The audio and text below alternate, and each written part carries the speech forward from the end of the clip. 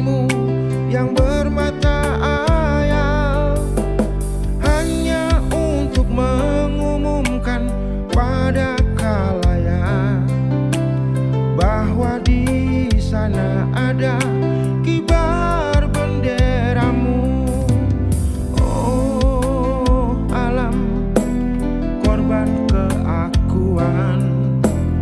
Oh alam, korban keangkuhan. Maafkan mereka yang tak mau mengerti arti kehidupan.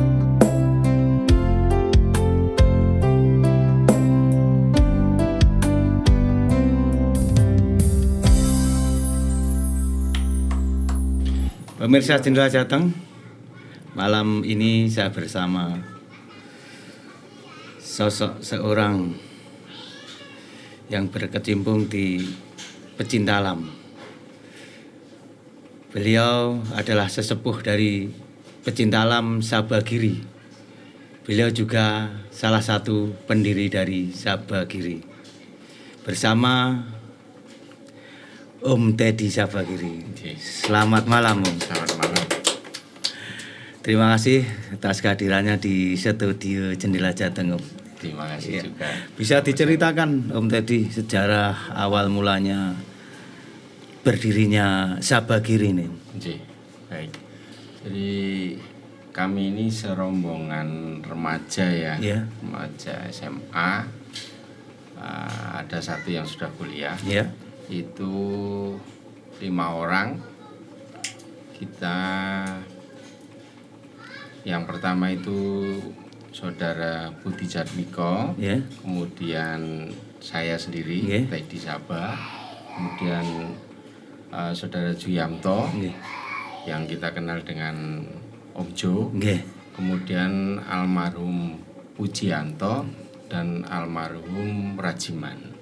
Dari kita berlima itu sering berkumpul karena kita punya hobi yang sama, naik gunung ya gitu. Dan kita kumpulnya itu di sekitaran Tugu Kartosuro, itu di rumah saudara ini almarhum Pujianto ya.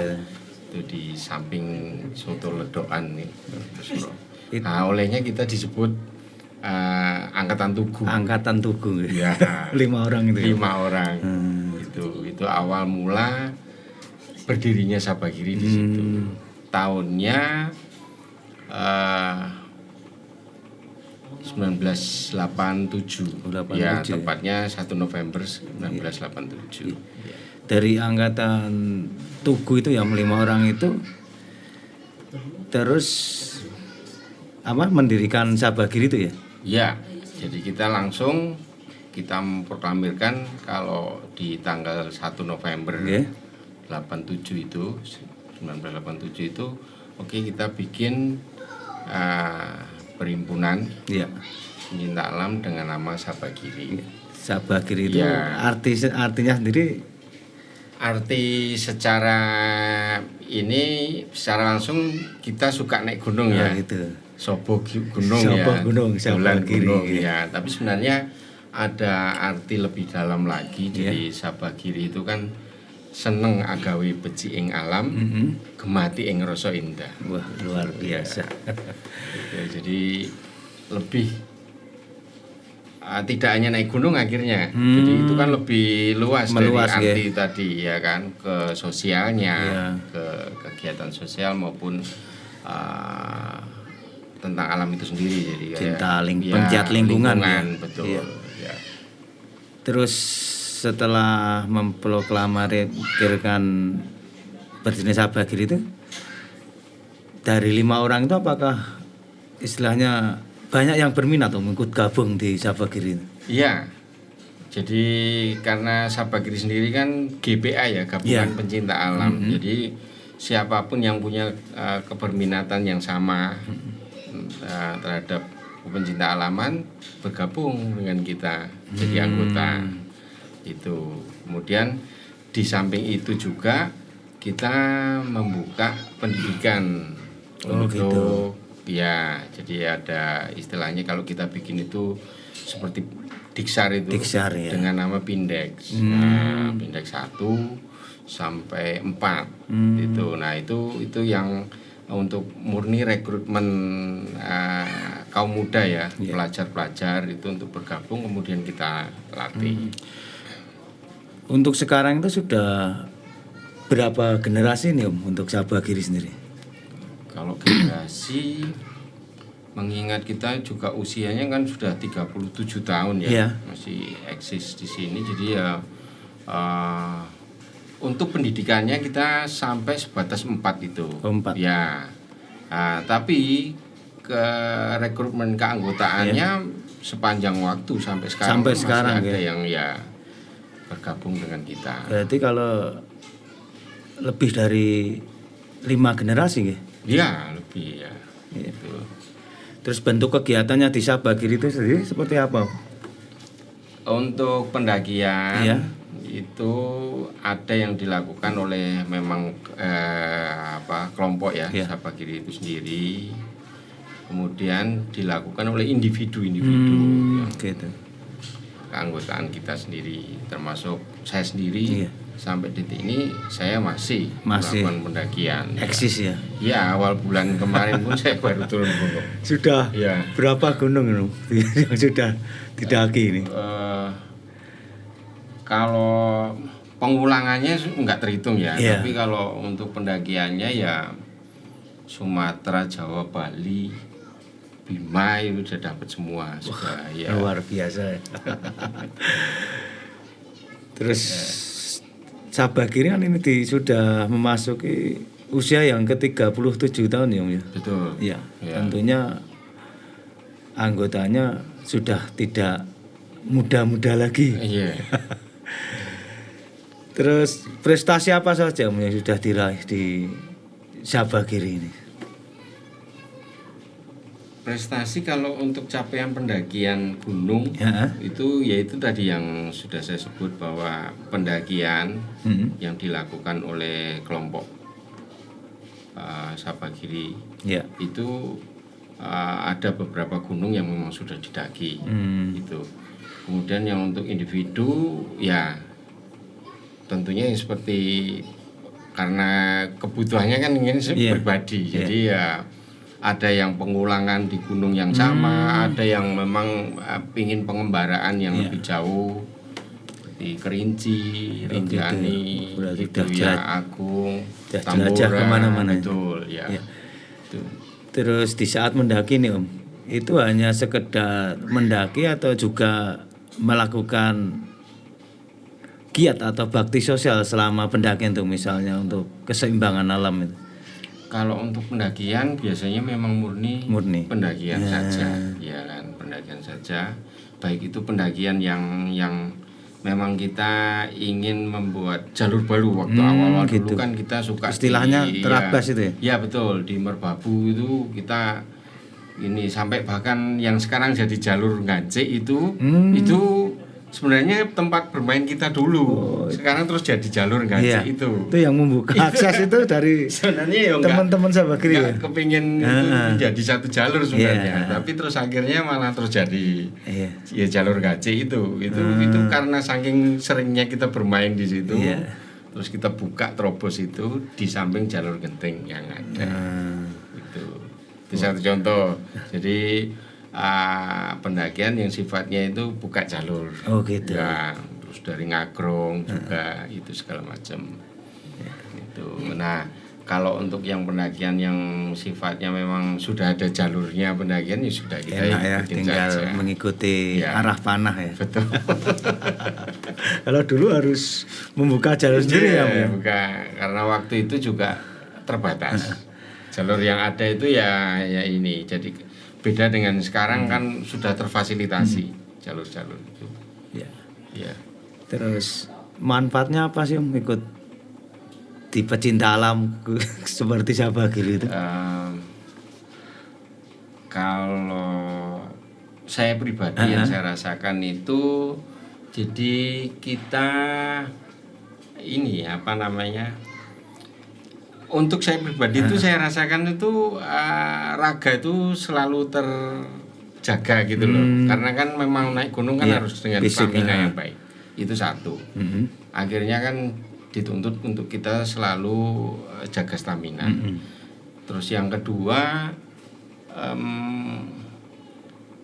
karena memang gunung itu indah ya, gunung manapun. Jadi kita bisa bersyukur untuk melihat ciptaan Tuhan itu secara betul-betul yang mungkin orang awam hanya sebatas mungkin di lokasi-lokasi wisata. Tapi yang keindahan yang sangat yang mungkin itu hanya bisa diperoleh oleh para pendaki. Itu seperti kita bisa menikmati sunrise di ketinggian segala macam lah, itu kita bisa sangat bersyukur ya, menikmati itu. Kemudian yang berikutnya adalah persaudaraan, persaudaraan dengan memang sesama itu lebih, karena memang kita di gunung ya terutama itu kan kita nggak pastilah otomatis interaksi dengan sesama itu akan lebih ini kan sesama ya itu yang saya rasakan. Persatuannya, kekompakannya itu lebih terjalin ya kepedulian kepedulian. Gitu. Terus untuk Om Teddy sendiri nih, siapa sajakah orang-orang yang berjasa ini di dalam berdirinya Sabagiri ini?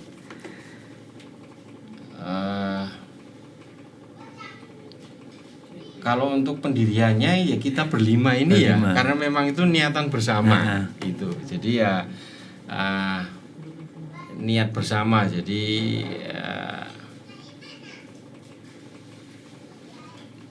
benar-benar kerentek remaja waktu itu untuk ingin menghimpun satu wadah, punya wadah yang resmi ya.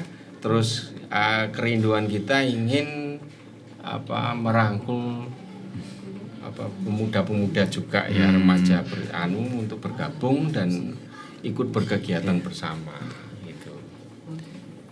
Berarti termasuk Om Juyamto, terus siapa tadi? Jadi ya urut tadi sesuai nomor, karena memang waktu itu kan pada saat pelantikan itu kemudian langsung ditunjuk di situ ketuanya itu yang nomor 1. Nah itu Budi Jatmiko, yang paling muda tapi dia justru jadi ketua. Kemudian awal yang nomor 2 saya. Kemudian nomor 3 itu Om Jo itu Oying. Terus almarhum Anto nomor 4, almarhum Rajiman nomor 5. Jadi yang sudah almarhum 2 orang ini. Itu urut-urutannya sesuai nomor itu. Termasuk orang-orang yang berjasa berdirinya. Nah baru setelah itu ada generasi berikutnya itu menyusul gitu. Sampai sekarang sudah berapa anggota? Saya lihat banyak sekali ya, dari anak-anak muda juga. Iya, betul. Kalau dihitung jumlah banyak ratusan sekali, karena memang kan kita menghimpun siapapun yang ingin bergabung kita terima gitu ya kan, selama satu keberminatannya terhadap kepencinta alaman itu. Dengar-dengar di Sabagiri ini sendiri juga mendapatkan prestasi, katanya rekor donor darah ya Mbak? Iya, karena sejak mula juga kita itu awalnya begini. Jadi dulu itu kan mungkin anggapan orang umum kalau pendaki gunung itu setia kawan sosial gitu. Nah dimintai tolong untuk darahnya secara langsung gitu, karena ada yang membutuhkan. Berawal dari situ. Akhirnya kita bikin, karena memang hampir semua masyarakat sekitar itu setiap membutuhkan darah selalu lari ke kita. Kita bikin aja sekalian. Kita kerjasama dengan PMI. Akhirnya kita ngundang PMI. Awal-awal kita yang ke PMI, tapi karena penambahan anggota segala macam, kita minta PMI untuk datang ke kita. Jadi sekarang masyarakat yang membutuhkan langsung kita arahkan ke PMI, karena memang sudah kita ini Iya. ya itu dari awal berdiri. Olehnya dari PMI sendiri kita mendapat apresiasi akhirnya pendonor terbanyak karena katanya. usia karena ya waktu Iya. Perjalanannya panjang ya, dari dulu kumpulnya di pinggir Tugu Kartosuro ya. sampai sekarang sudah mempunyai kantor sendiri ya, Sekre, atau apa ya, base camp ya istilahnya. Betul, base camp Di- kita di Komplek Kawedanan. Kawedanan ya. Ya, Kawedanan di perempatan Ngapian Ngapian gitu Ngapian. ya. Gitu. Ya. Terus pengalaman di saat naik gunung itu suka dukanya itu seperti apa? Zaman dulu sama zaman sekarang kan lain. Iya, betul. Era 80-an sama Wah sekarang. ya kalau cerita itu jadi dulu itu kan petualangan itu nggak jauh mirip-mirip identik dengan militer ya. Iya. Jadi perlengkapan yang kita pakai pun juga perlengkapan militer, mulai sepatu, kemudian alat masak, bahan bakarnya pun juga, kemudian ya hampir semua lah, termasuk ranselnya juga. Nah itu kita pakai memang yang milik orang tua kita. Nah, beberapa kan memang ada bapaknya ya militer itu, dan kita memang pakai untuk mudahnya di situ karena fasilitas belum ada. Berarti memang dulu itu kayak peralatan ya seadanya Betul. terbatas ya. Betul. Nah sekarang kan sudah Terfasilitasi. ya, apa-apa ada. Ibaratnya yang penting siap uang aja, semua sudah ada dan ada rental kan. Sekarang mudah sekali. Dulu enggak. Dulu itu ya sepatu tentara, itu bot itu kemungkinan kalau terlalu tinggi kita potong. Jadi agak pendek gitu. Terus ya seperti itu, kemudian termasuk kostumnya juga, celananya doreng waktu itu kita pakai, hampir semua lah itu militer yang kita pakai. Kalau dulu kalau ngecamp pakai tenda apa itu? Waktu itu pendakian itu selalu kita jalankan malam hari, dan memang sebenarnya itu bukan prosedur yang benar sih. Oh gitu. Karena memang pendakian itu idealnya ya memang di pagi siang hari, karena malam kan waktunya istirahat. Iya. Tapi mungkin alasannya waktu itu mau ngejar sunrise. Jadi kenapa orang melakukan pendakian malam, supaya pagi itu bisa mendapatkan sunrise. Ya. Bisa melihat. Tapi di luar itu yang tidak dipikirkan oleh para pendaki itu kan faktor kelelahan, karena malam waktunya istirahat dipakai untuk jalan. Iya.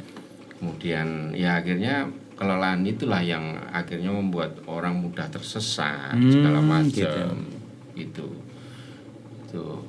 Kemudian ke belakang sekarang itu jadi pihak pengelola gunung sendiri ya, KSDA maupun ya pengelolanya itu sudah tidak mengizinkan lagi pendakian malam. Jadi pendakian ya dimanapun pagi hari. Tuh. Jadi untuk kalau ingin menikmati sunrise ya camp di atas, untuk selanjutnya melakukan summit pendakian puncak untuk menikmati sunrise. Terus untuk sahabat kiri ini sendiri pernah mengalami hal-hal seperti ada anggota yang tersesat atau apa, pernah nggak? Selama kita belajar menyesatkan diri itu. Oh gitu, malah kan membuka jalur itu ya, malah ya. Jadi ada rasa ingin men-challenge diri. Ayo kita bikin jalur di sana. Ini wah. Jadi memang ada unsur bukan nekat sih, karena ya kita bekali juga dengan pemahaman tentang peta kompas segala macam. Jadi kita tidak istilahnya serta-merta jalan ya asal-asalan kan enggak. Jadi kita tetap dengan perhitungan itu baru ya itu tadi menyesatkan diri itu buat jalur ya. Tapi ya akhirnya berhasil gitu. Mungkin ada kiat-kiat khusus untuk bagi pendaki-pendaki pemula itu, biar aman, biar trik Kalau untuk naik gunung itu seperti ya, apa? kan sekarang itu sudah sangat terfasilitasi ya. Yang terutama itu jaga kondisi fisik, itu paling utama. Jadi kalau belum siap secara fisik, lebih baik ditunda dulu, disiapkan dulu. Jadi ya baik itu olahraga ringan ya, jogging maupun jalan kaki itu wajib itu dilakukan. Baru setelah itu melakukan pendakian. Kemudian yang kedua, ikuti aturan yang ada, gitu kan. Sesuai peta ya. Betul, ikuti aturan yang berlaku di gunung tersebut. Yeah. Itu sudah. Untuk selanjutnya ya kembali ke pendaki sendiri. Jadi dia ingin, karena sekarang kan ada tren baru trail runner itu. Jadi dia lari gunung, kebut gunung. Jadi memang gunung dipakai untuk sportnya ya. Jadi lari dengan waktu yang sudah ditentukan gitu, tanpa harus camp. Nah itu monggo silakan. Tapi kalau yang mau melakukannya secara camp ya silakan juga, enggak apa-apa. Itu kembali ke pendakinya. Ya. Itu modal utama ya untuk para pemula ya, biar. Dan satu yang itu dulu kita sesali, itu enggak kita lakukan, dan itu akhirnya terasa setelah usia senja gini. Sebenarnya ya enggak, kita kan usianya enggak ya.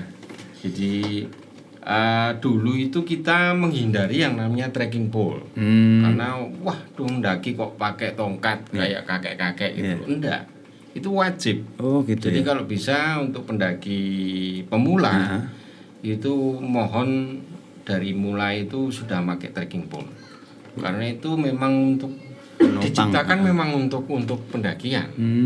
Gitu. Jadi bukan jangan merasa bahwa pokoknya kakek-kakek enggak, memang itu diciptakan untuk pendakian. Itu nanti akan terasa pada saat Anda nambah usia.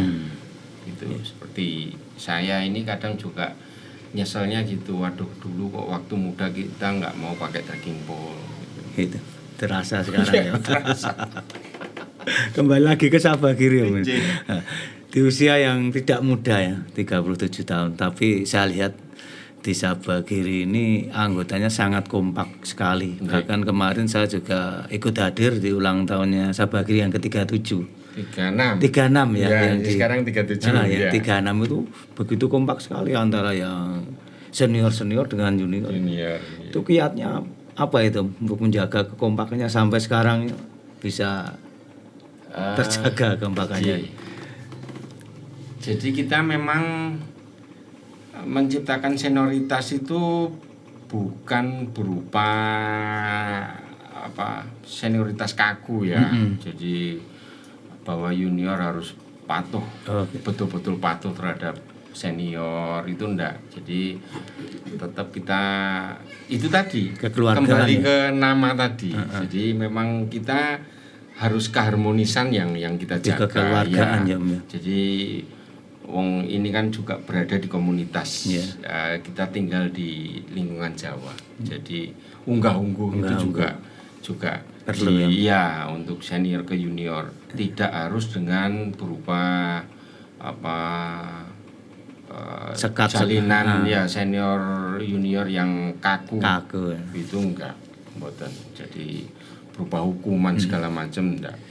Jadi sampai sekarang tuh terbina itu ya, terjaga. Jadi tidak juga istilahnya tuh ngelonjak samorote juga enggak. Hormat tetap, saling menghormati ya. Gitu. Tapi lebih mengutamakan kekeluargaan tadi ya. Kebersamaan dan kebersamaan ya. Terus dengar Om Teddy ini sampai sekarang masih eksis ya naik gunung? Saya masih. Bahkan masih aktif di pelatih ya untuk pelatih nasional untuk apa? Panjat tebing ya? Oh ya, jadi Pembina ya. kalau itu kan karena itu keinginan saya pribadi ya. Jadi kan yuk kita harus berguna lah, ya kan, ada pepatah kita memang mesti berguna bagi sesama.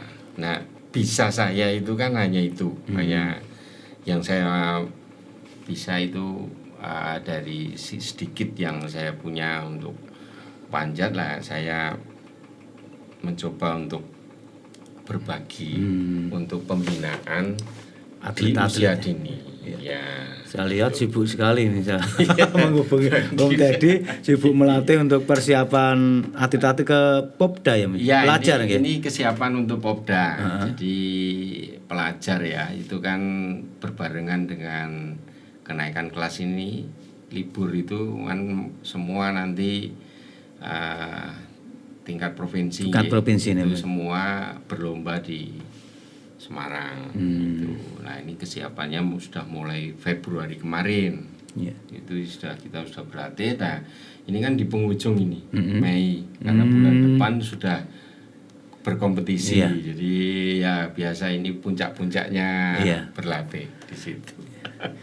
Dan di Sabagiri ini juga ada ya beberapa atlet yang berprestasi ya di panjat tebing. Ada, kebetulan anak saya sendiri, jadi bukan Sabagirinya tapi turunan dari Sabagiri. Generasi. Anak saya sendiri itu 2 anak itu. Juara tingkat apa? Sudah di tingkat provinsi. Kemudian lomba nasional pun juga sudah mengikuti. Kemudian ada juga cucu. Dari Saudara Sumadi Longgor, termasuk senior Sabagiri ya. Dan mantan ketua ya. Ya, mantan ketua lah, itu cucunya itu sekarang sedang berlatih. Atlet lah, terhitung atlet junior. Atlet pemula. Atlet pemula. Itu luar biasa ya. Gitu. Jadi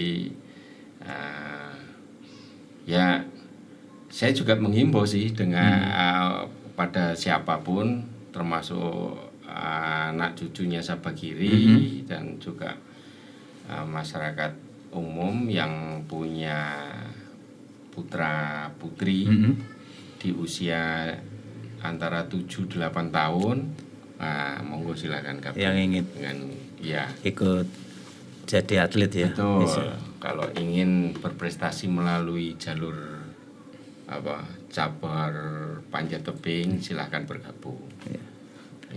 Panjenengan sendiri yang melatih ya. Nanti ada beberapa teman juga yang ikut membina nanti. Terus mungkin ada